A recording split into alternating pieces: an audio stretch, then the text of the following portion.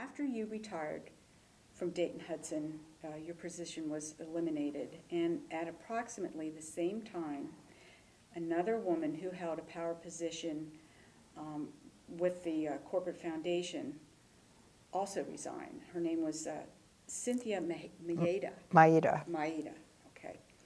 Now, you and Miss Maeda were instrumental in saving Dayton-Hudson from that takeover. And the media quoted an insider at Dayton-Hudson as saying, the guys are now running the company. Talk a little bit about your reaction to the elimination of your position after you retired, and what it was like for a woman to be in a position of power in the 80s and the early 90s. Cynthia and I never really knew that we were running the company, so that's sort of fun. Cynthia, actually, I think that Cynthia and I probably became best known during the Planned Parenthood issue because we were both big contributors to Planned Parenthood as individuals, and the media liked to make a lot out of that, but at any rate. It always hurts when you've built a function to see it change, but I'm sure that it's the right of every CEO of every company to organize things the way they want to organize them. And when I retired, I had promised myself I would retire by the time I was 60. I'd worked my whole life, and that was just, a couple of months before I turned 60. So that after my CEO retired, it was about 6 months before I retired because it was different, and I think when I sort of felt like the CEO needed his own press secretary, that's what happens. Sometimes you'll see the function change, get split up, whatever, and that always hurts because there's a certain degree of pride in what you have built. But you go on, you move on, and when people ask you what you think, you always don't freely offer advice because you're no longer part of the company.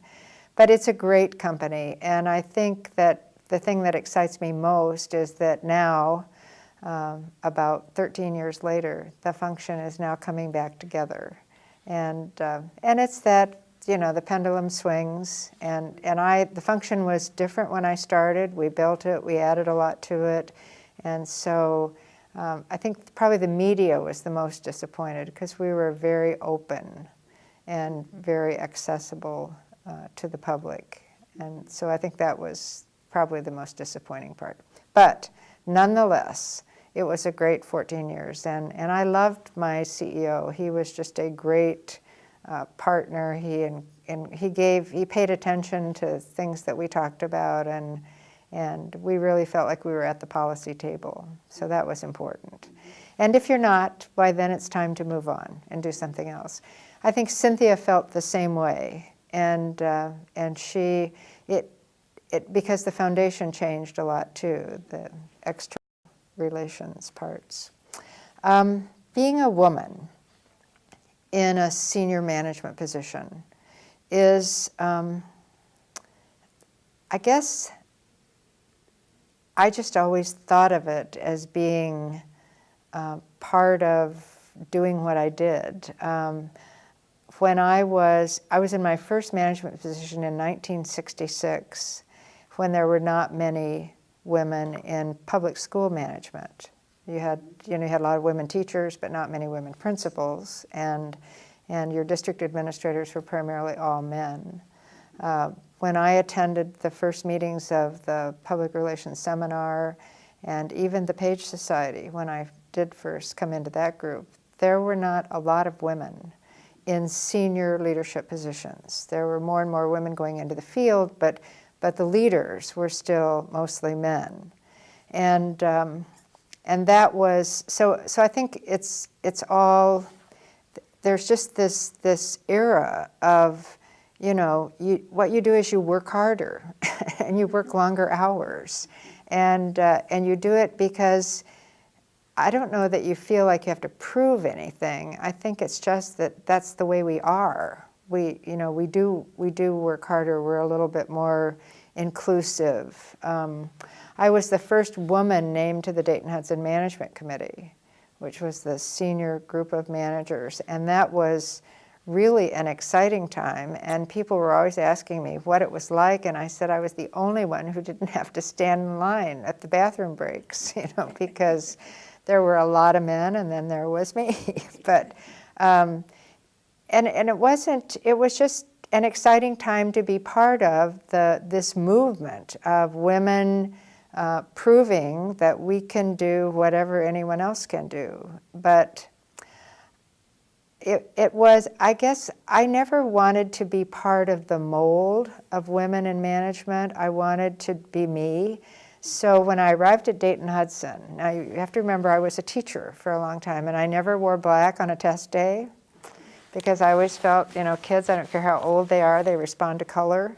And I wanted them to feel upbeat about taking a test. And so I didn't own a navy blue suit.